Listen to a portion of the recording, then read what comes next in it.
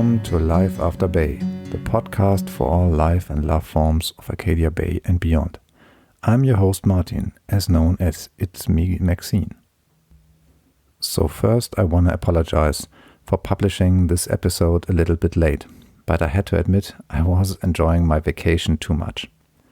This is the second episode that will focus this time on the phenomenon of fanfiction stories. If you want to hear a little bit about myself, please give the trailer and episode 1 a try. Kudos again to Riley Hawk for letting me use her Life is Strange inspired music for the podcast. And of course Olya-Roo for the new fan art of Kate for this specific episode. Today I will do my first interview in this podcast. So a total premiere for me. If you want to jump right into the interview with the wonderful Rainboq, I will set chapter marks so that you can use your favorite player or app to skip directly to the interview. After the interview, I will state some news I found about the Life is Strange fandom. I will now only say a few words about my love to fanfics and how I found out about them, and will then no longer delay the interview.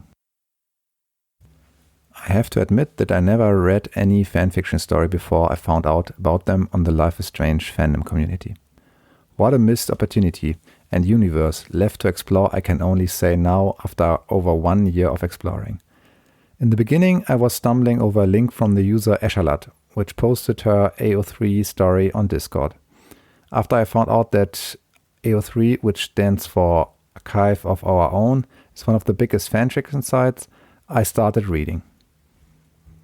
And I was overwhelmed by the quality, dedication and feedback culture.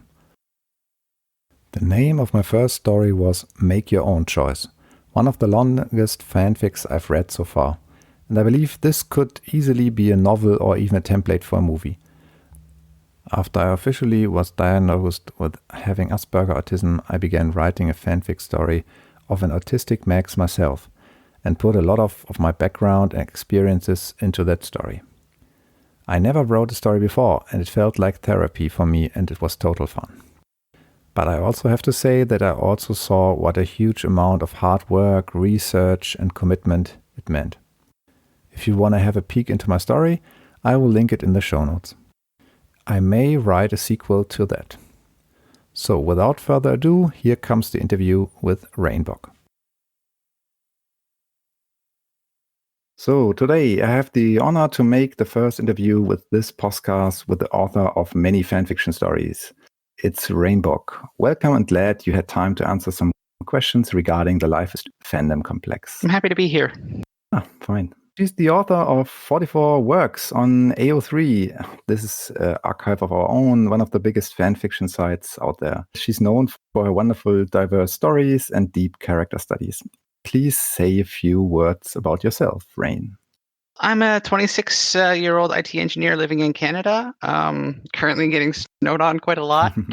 Yeah, I've been very busy this year. Okay, that's good to hear. I mean, I only started writing fanfic this year, and I've got 44 works published, so... Overall, 44 works, this set by AO3, yeah? Okay. It's cool. I was once in Canada, but this is 24 years, I think, ago with my wife. It was our honeymoon in Canada, and it was very nice. We were at the east coast, in Halifax, and it was wonderful. Halifax. Yeah, that was really wonderful. Yeah. But it was a long time ago.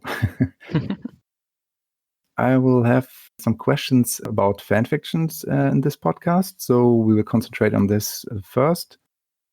How do you get into fanfiction? I was really bored. I got laid off at the start of the pandemic, and I had lots of free time, and I'd heard about fanfic and just never gotten into it. And so I'm like, might as well. I got nothing to do, and I kind of fell down a rabbit hole through all of April, and then now I'm here. Yeah, cool. Yeah, I thought you were a long-term writer, because when I see your stories, they are so elaborate and they're fantastic. No, I actually started writing in March. Okay. Yeah, it's almost 1 year ago. Yeah, March 20th will be the 1 year from when I started. Okay, yeah, cool. Okay, I only managed to write one story in this year. So, but maybe I get along. So, talking about fanfics in general, what do you like best about them? Really, what I like seeing is the characters I know and love going through new things. Be it canon continuations or alternate universes. I just like seeing how the characters react to different situations. Mm-hmm.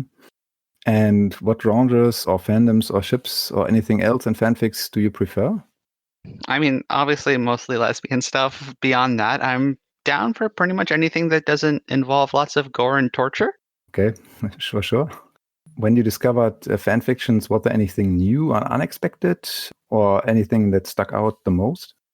The sheer quality of it. The Life is Strange fandom has lots of works that I feel like should be winning prizes for published fiction. Mm-hmm. Yeah, I can totally understand. I totally agree.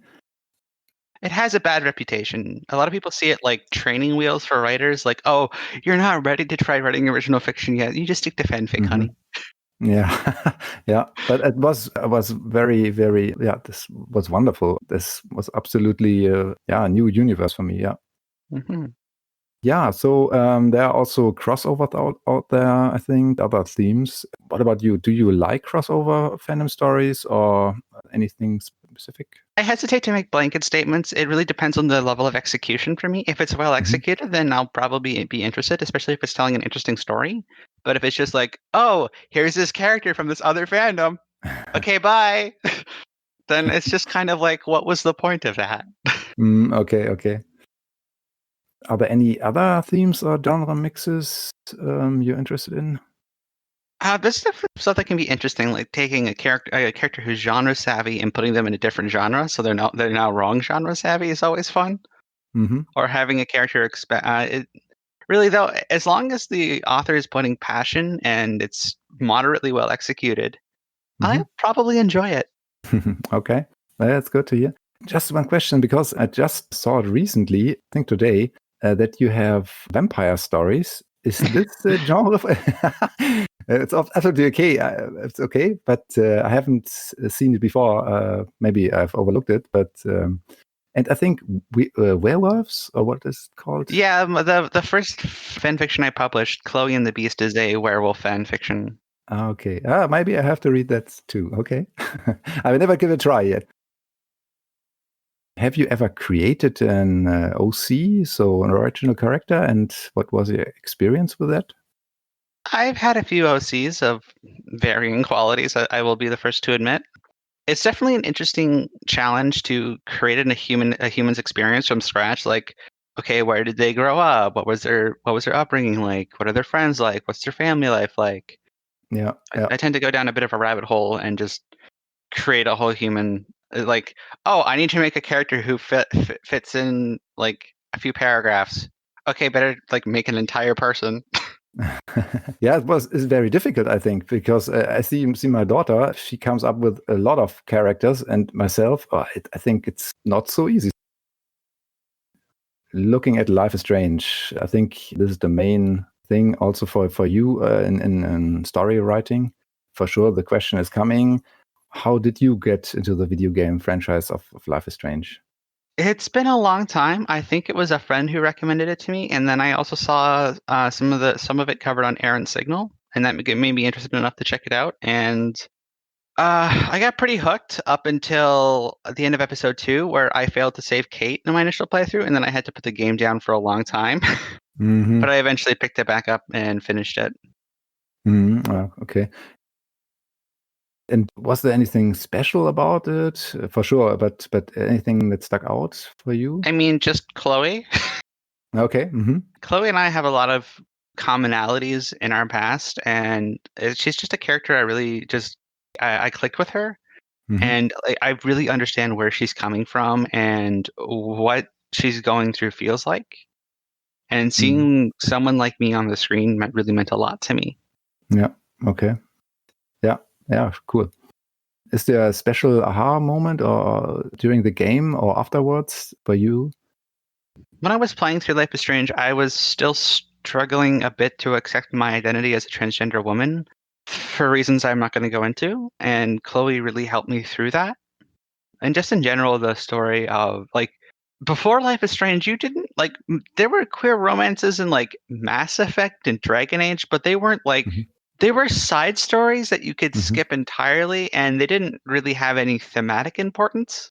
Like Shepard's character isn't informed by if you romance Liara, it's just you want to romance Liara. Whereas the Mhm. bond between Max and Chloe is like most of the story of Life is Strange. Mhm. Yeah, for sure. Yeah, correct. Yeah, good to hear. Cool.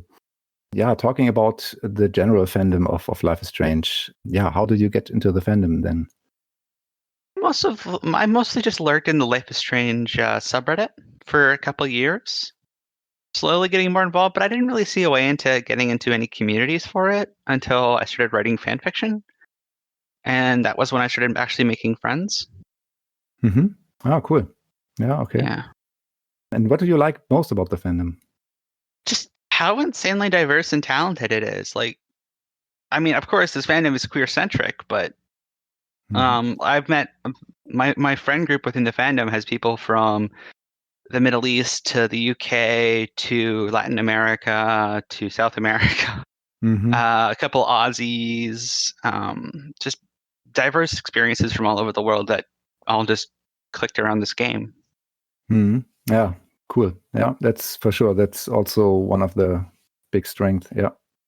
So on, you said you were on Reddit. What other platforms you are usually around to get new input or get involved with fandom? Tumblr, Twitter, of course, AO3, and Discord. Mm-hmm. Yeah. What kind of fandom input you like the most and why? Like drawings, cosplay, fanfics, videos, etc. Okay, mostly fan art and effects. That's what I'm really drawn to. I mean, no shade on cosplayers. It's just not my thing. Mm-hmm. Yeah, that's okay. Yeah. What I liked is cosplay, yes, but I tried it once myself, but I think it's not easy. It's definitely an art, and the people Yeah. who do it are amazing. It's Yeah. just, like I said, it's not my thing. Starting with fanfiction and fanfics. When did you start writing and why? Like I said earlier, I was according to the file history. I started writing first on March 20th, and that's Mm-hmm. for a fic I still haven't published. It's yeah, I need to fix it and publish it at some point. But I wrote that through March and most of April, and then I started writing Chloe and the Beast because I kind of hit a brick wall in terms of writer's block. Mm-hmm. And I'll be entirely honest. I was like, okay, Chloe and the Beast, it's a dumb werewolf fic. I'll publish it, and if people don't care, then people don't care, and I'm not super invested in it. And now it has 10K hits, Yeah, cool. Cool. so joke's on me, I guess. Yeah, good to hear. So, what do you like about the writers community so much? It's just so vibrant and collaborative. Everyone has interesting ideas about what they want to write, and from there you can get your own ideas. And I've built a group of people who we mesh great. We just we'll brainstorm an entire fic in like an afternoon, and then one of us has to go write it. Cool. Yeah, that's what I also saw today. Is that you made collaborations with other authors? I think. I'm working on a hockey AU fic with Ghost in the Hella, which is Ghost. They are a pleasure to work with and absolutely brilliant. And I have a lot of things I'm working on with Blues things Mm-hmm. behind the scenes. Maybe they'll see the light of day soon. Okay. Yeah. Cool. I will ask some questions about your own fan fictions. The first question goes to your story statistics.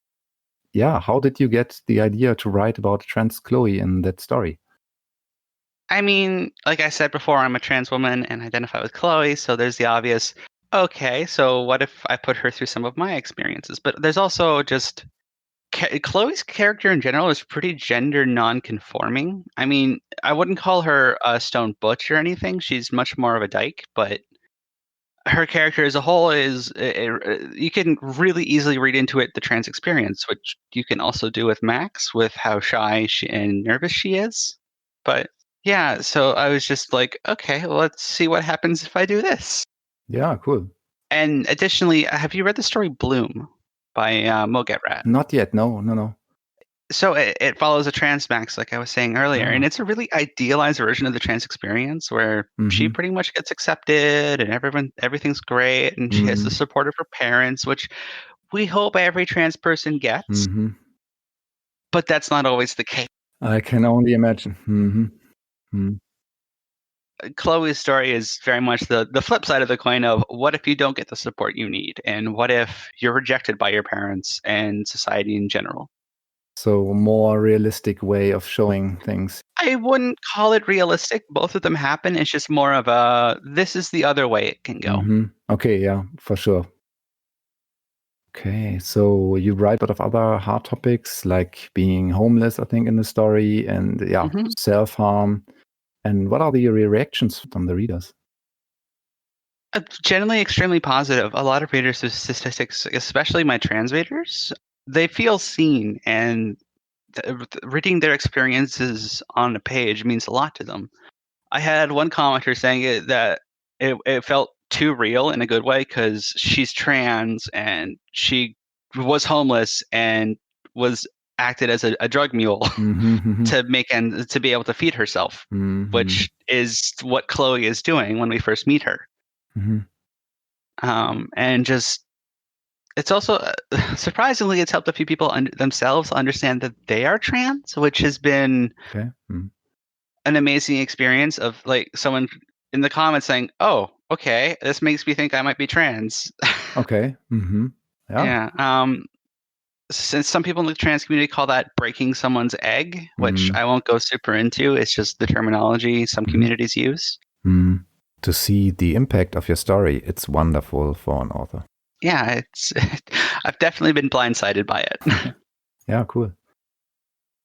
There's another story, I think, which is very, liked by the readers. It's Stuck in the Closet with You, about the early teen years of Max and Chloe. How was that to write about that? It's a very different challenge. Young people like the worst way you can write about a teenager or a kid is if as if they're an idiot, right? Mm-hmm. Kids have rich inner lives. They're still people, but they lack context and they make different leaps of logic because they have different pressures on them. But they're still Max and Chloe. They're still really charming characters, and they still really care for each other. And writing a story where if just one thing had gone slightly differently, they stayed in touch, and just seeing all the ripple effects from that as I think through the story and where it's going to go based on them still having each other in their lives. I mean, the butterfly effect is a big thing in the game for a reason. You change one thing in the past, and the future is Mm-hmm. entirely different. Yeah. Yeah. Yeah. Why do you think the readers like the story so much? I mean, people just like Max and Chloe to start with, and seeing them as young teenagers figuring out their feelings for each other is definitely something a lot of people really enjoy, and they really wanted more of it, which obviously they're getting. Although I think they're not going to be very happy what's going to happen in the near future, but Oh, that's what happens when you make a wish and the monkey's paw curls. okay, we'll see. Then there's another story, Happy Little Accidents, where they get into a short car accident, correct? Yeah, they get in a fender bender. The story came about because I was driving home and someone nearly rammed me, and it gave me Okay. an idea. So I almost got in a car accident, so I wrote about it in a fic. Yeah, okay. Go figure. Good idea. Yeah. How's the feedback to the stories? It's been generally extremely positive. I've had one person who was really nitpicky, but thankfully they have stopped commenting on my works, and life has been good. Are there any specific things you do when writing or gathering new ideas? Ideas just kind of happen to me. I don't tend to go seeking them out. Sometimes I'll just see a piece of art and go, "Oh, that gives me an idea," or something in real life will happen, or someone will make a comment, and then there's a whole fic in my brain, and I gotta get it out. Yeah, cool. Are there any specific things you do when writing or gathering new ideas? To be a cliche, the medium is the message, Mhm. right? Every different medium has different limitations. You can't write for television the same way you write Mhm. for a game, the same way you write literature. They're different. They're fundamentally different things, and you need to adapt to that genre, that medium. So while there's obviously limitations in writing, there's limitations in making videos, there's limitations in making games. Mm-hmm. It's really a matter of picking what works best for the story you want to tell. Mm.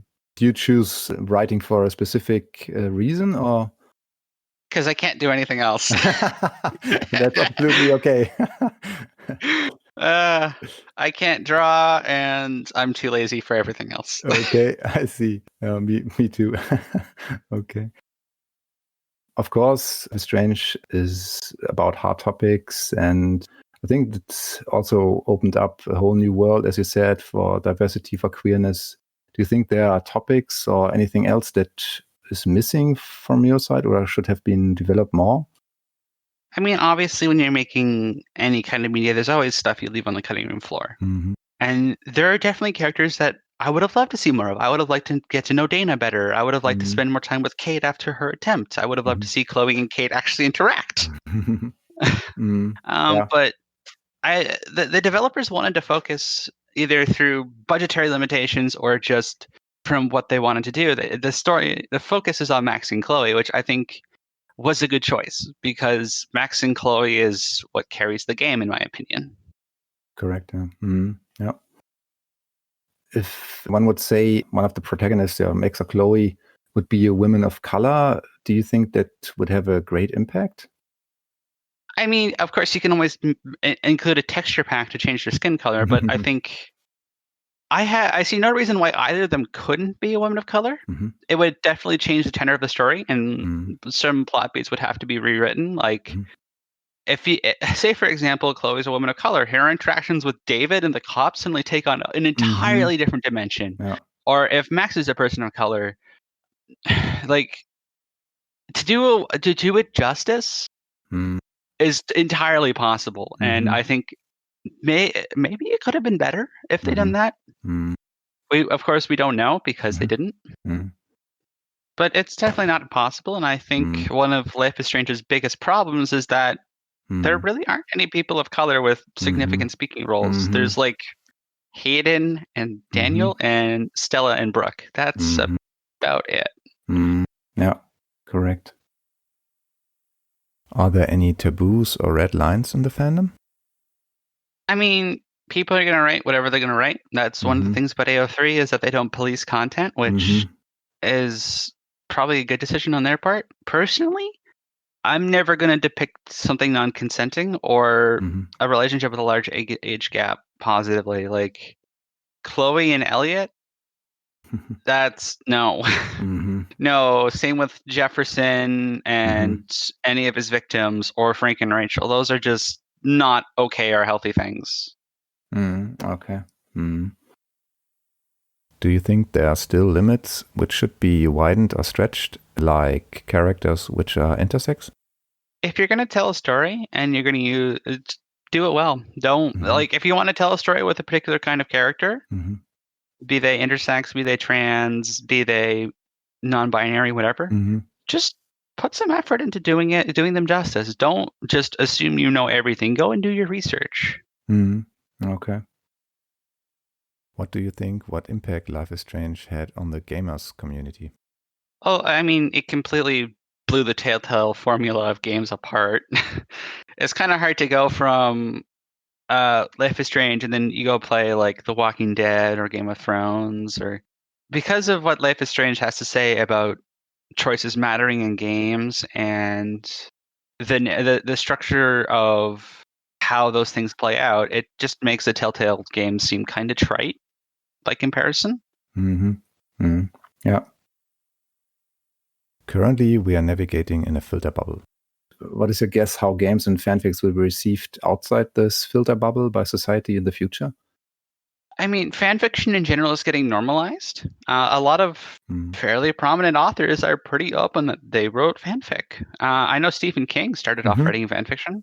I mean, hell, the Divine Comedy is fanfiction. So anyone who throws shade at fanfic writers don't really know what they're talking about. But I had one commenter recently for statistics who isn't part of the Life is Strange fandom, and they really liked it and said that they were going to consider checking out the game because of my fanfiction. So that was a really emotional moment for me. Yeah, Yeah, that's fantastic. Are there any plans or projects for you in the future? May it not be fanfics, but other stuff? I have so many plans. I have I have a to-do list of fic ideas that's like 10 pages long at this point. I've got a lot of projects. Some projects I just publish as soon as I do stuff. I've got 2 projects sitting right now. One of which is 80k words, which is the first fic I wrote, and another fic that's 55k words now that I'm still working on, and that I'm going to publish when it's finished. Oh, okay. Wow. Yeah. That's cool. Yeah, I think I've written close to 500,000 words now. Whoa. Okay. That's amazing. So are there any other things you want to focus on in the future? Right now I have serious brainworms for Kate and Chloe as a ship. Mm-hmm. I'll be fully honest, I started off not thinking too much about Kate. She was just kind of a background character that I failed to save. And then I started writing and including her more, and she's a really charming character, and I kind of accidentally ended up putting her in a relationship with Max and Chloe in my werewolf series, and that's a really fun triad to play around with. And that led me on to thinking about just Kate and Chloe without Max, and I just think they make a really cute couple. Okay, we'll see where it goes. Yeah, okay, interesting. Yeah, nice. Yeah. Okay, so we are nearing the end of the show. So, yeah, is there anything you want to say to the community or give advice for potential fanfic writers? Anything in specific you want to share? For the potential writers out there, just start writing. Like, I know you're worried that you're not going to be able to do your ideas justice and that your fic is going to suck. And I'll be completely honest. The first draft is probably going to suck. That's why you do a first draft, and then you edit it until it's good. Mm-hmm. Get people, bug friends to read it for you and give you feedback, and just start. Well, you'll be amazed what you can do when you start doing it. No one just picks up a guitar and can play Freebird. You're not going to pick up your pen and write War and Peace on the first try. Just get going, and it'll come to you. Yeah, good advice. Yeah, cool. Okay, so where can your art be found then on the internet? All my stuff pretty much can be found on Archive of Our Own under the handle Rainboq. You can also find me on Twitter at Rainboq Writing and as Rainboq on Tumblr. Ah, cool. Okay, I will link in the show notes. And yeah, then thanks, Rain, for being so open and sharing your thoughts and insights with us. And I'm excited to continue reading your current fanfics and, of course, new ones we'll see in the future. Thanks for having me. Yeah, thanks for being my guest and enjoy your weekend. See you then. You too. Bye. Bye. Hope you enjoyed the interview with Rainboq as much as I did. Please check out her wonderful stories. I will link the ones which we talked about in the show notes. I want to say a big thanks to Rain because she was my first interview partner for this podcast and it went so smoothly with her and filled my podcast with life. I hope we will meet again in the future.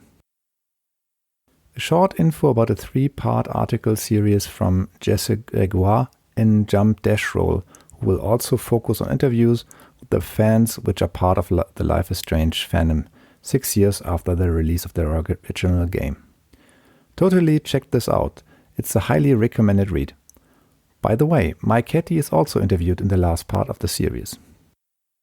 The next episode will be about cosplay and CMVs. These are cosplay music videos.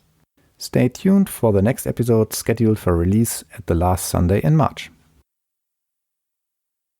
If you have any good idea or feedback about the podcast or know a person I should really do an interview with, please let me know.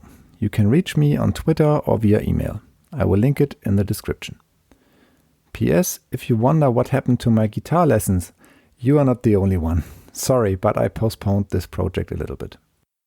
So thanks for listening to my podcast and spread the word. See you soon in and around Arcadia Bay. Yours truly, Martin.